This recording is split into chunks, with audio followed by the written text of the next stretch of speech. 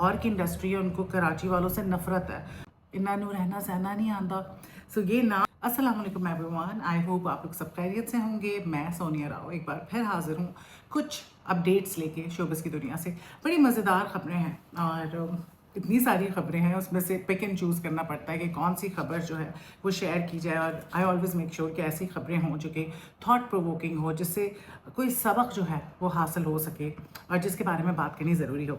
तो अब बहुत सारी खबरें हैं, लेकिन अभी जो है कुछ ऐसी अपडेट्स हैं जिनके बारे में मैं बात करूंगी।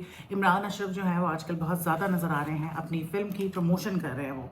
अच्छा, उनकी जो फिल्म आने वाली है, रिलीज़ होने वाली है, वो सिर्फ पाकिस्तान में हो रही है और वो इस वजह से हो रही है क्योंकि हिंदुस्तान और पाकिस्तान की जंग छिड़ गई थी उनकी मूवी रिलीज़ होने से पहले।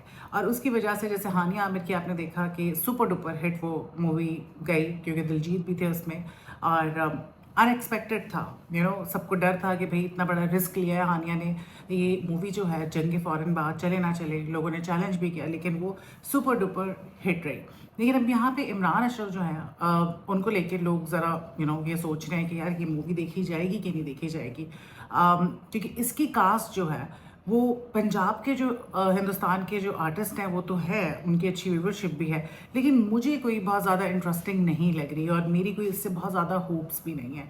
हानिया जो है वो बहुत बड़ी स्टार है और इंडिया में भी हानिया को बहुत पसंद किया जाता है। फिर दिलजीत दोसांझ उनकी तो क्या ही बात है। तो ये जो मूवी है इमरान अशरफ की, इसका नाम जो है, पंजाबी मूवी तो पंजाबी में नाम है, इसका नाम है इन्ना नू रहना सहना नहीं आंदा।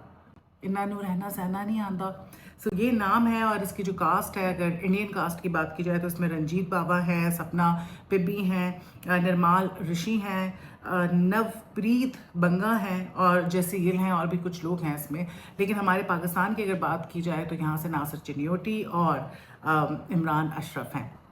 इमरान अशरफ जो हैं उन्होंने कहा कि जी सब लाजमी देखें और ये एक इंटरनेशनल प्रोजेक्ट है, क्योंकि उनसे ये पूछा गया कि भाई आपने ये जो टेंशन थी इंडिया और पाकिस्तान की, उसके बावजूद ये फिल्म की और वो जो इंडियंस हैं वो तो पाकिस्तानियों को इतना बुरा भला कहते हैं, कोई इज्जत नहीं है, तो why did you do this film, you should have not sign this film. तो इमरान अशरफ ने कहा कि जी इंटरनेशनल प्रोजेक्ट है और मेरे पाकिस्तान का नाम आएगा, मुझे अपने नाम का नहीं है। तो उसमें भी लोगों ने मजाक उड़ाया कि जी इंटरनेशनल प्रोजेक्ट। तो यहाँ पे मैं यही कहूँगी कि देखें, एक प्रोजेक्ट जो हमारे मुल्क से बाहर कहीं भी देखा जा रहा है तो वो इंटरनेशनल ही है। खैर, ये पाकिस्तान में आ रही है, लॉन्च हो रही है। अभी धड़ाधड़ जो है जो फिल्में रुकी हुई भी थी उनको भी लॉन्च किया जा रहा है और उसकी वजह ये है कि आजकल बहुत अच्छा बिजनेस चल रहा है। अगर सिनेमास की बात की जाए, एक के बाद दूसरी फिल्म जो है उसकी स्क्रीनिंग हो रही है और सिनेमास जो है वो माशाल्लाह भरे हुए हैं, तो बिज़नेस बहुत अच्छा चल रहा है। इस वजह से लोगों को जल्दी है कि वो अपनी मूवी जो है वो रिलीज़ कर दें, क्योंकि कभी नहीं पता होता कि जी पैंडेमिक आ जाए, जंग छिड़ जाए, कुछ भी हो जाए, हालात पूरी दुनिया के अजीब व गरीब से हैं। सो ये जो मूवी है आई डोंट नो कैसी है, but I don't have a good feeling about this movie. पता नहीं कितना लोग देखेंगे नहीं देखेंगे। पंजाबी मूवीज़ का इतना कोई देखी जाती है दुनिया भर में, जहाँ जहाँ पंजाबी हैं वो देखते हैं नेचुरली, बट मुझे नहीं लगता कि जिस तरह से हानिया की मूवी हिट हुई थी उस तरह से ये हिट होगी। लेट्स सी, हो सकता है मैं गलत हूँ। तो उसकी प्रमोशन जो है इमरान अशरफ कर रहे हैं। ही seems very very excited, but let's see कि क्या होता है। अच्छा जी, अब हम जो है आ जाते हैं इमरान अशरफ पे। इमरान अशरफ की बात होगी, सॉरी, इमरान अब्बास पे। इमरान अब्बास के बारे में बबरिक शाह जो कि पाकिस्तानी फिल्म स्टार होते थे, उन्होंने काफ़ी सारी फिल्में की। जब वो नए नए आए तो he was very good looking, एक डिफरेंट सा चेहरा था, यंग से वो थे। और मुझे याद है जब मैं मॉर्निंग शो करवाया करती थी लाहौर में, तो मेरे प्रोग्राम में भी आते थे। बड़ी अच्छी पर्सनैलिटी, जिसे कहते हैं ना हंसमुख, उस तरह के ये थे। अच्छा, वीना के साथ भी उन्होंने मूवी की थी। बबरिक जो है उनके साथ एक बहुत बड़ी ट्रेजेडी हो गई थी। उनकी छोटा बेटा था या बेटी थी, उसकी डेथ हो गई थी एक एक्सीडेंट में। तो एक बहुत बड़ा जो है ये सदमा होता है, औलाद का दुख। लेकिन यहाँ पे क्योंकि एंटरटेनमेंट न्यूज़ की बात हो रही है तो मैं उस तरफ नहीं जाना चाहती। बबरिक जो है वो पंजाब से काम कर रहे थे, लाहौर में वो सेटल्ड थे। आहिस्ता आहिस्ता उनके पास काम ख़त्म हो गया, क्योंकि आपको अंदाज़ा है कि फ़िल्म इंडस्ट्री जो है वो मुकम्मल तौर पे ख़त्म हो गई थी। फिर काम शुरू हुआ, तो जो लाहौर वाले आर्टिस्ट हैं उन सबके लिए ये इतना ईजी नहीं होता कि वो कराची आके काम करें, और उस तरह से काम भी सबको नहीं मिलता। शोबिज़ में तो आपको पता है लॉबी चलती है, या फिर आप बना के रखें, दोस्तियाँ करें और बस वो क्या कहते हैं, क्या टर्म यूज़ होती है, उठाते रहें, समथिंग लाइक दैट। तो बब्रिक जो है, आप कह लें कि देखा जाए तो उनका करियर ख़त्म हो गया था। अभी रिसेंटली वो एक प्रोग्राम में अपीयर हुए और उनसे पूछा गया कि जी रेट करें सबको, तो नाम लिए गए। फ़हाद मुस्तफ़ा के बारे में पूछा तो उन्होंने कहा जी बहुत ओवर रेटेड हैं। फिर बात आ गई इमरान अब्बास की, तो उन्होंने कहा कि जी बहुत मस्कुलिन नहीं है, औरत औरत लगते हैं वो। अच्छा, इमरान अब्बास जो है, he decided to respond back, और इमरान अब्बास ने कहा कि जो लोग हैं नाकाम है, ऐसे लोगों पर तरस खाना चाहिए, इनकी बात का बुरा नहीं मानना चाहिए, और कोई मुझे कुछ भी कहे, मेरा जो कुछ है वो सामने है कि मैं कितना काम कर रहा हूँ, कितने मैंने प्रोजेक्ट्स दिए हैं और मैं कहाँ जो है वो स्टैंड करता हूँ।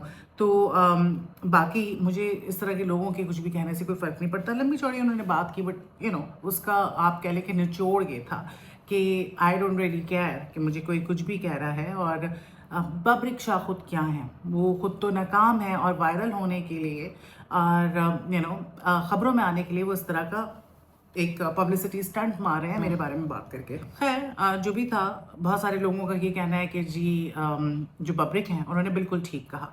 बब्रिक ने ठीक कहा नहीं कहा उसके बारे में तो मैं कुछ नहीं कहूँगी, लेकिन बहुत सारे मैं कमेंट्स पढ़ रही थी और उसमें ज़्यादातर लोग ये कह रहे थे कि बब्रिक वाज राइट। लेकिन जो दूसरे एक्टर्स हैं, फ़हाद मुस्तफ़ा के बारे में और काफ़ी सारे लोगों के बारे में उन्होंने बातें की, काफ़ी सारी बातें मुझे ठीक भी लगी, गलत नहीं है। ठीक है, बब्रिक का करियर इस वक्त ख़राब हो गया, लेकिन एक टाइम पे उन्होंने बड़ा काम किया है।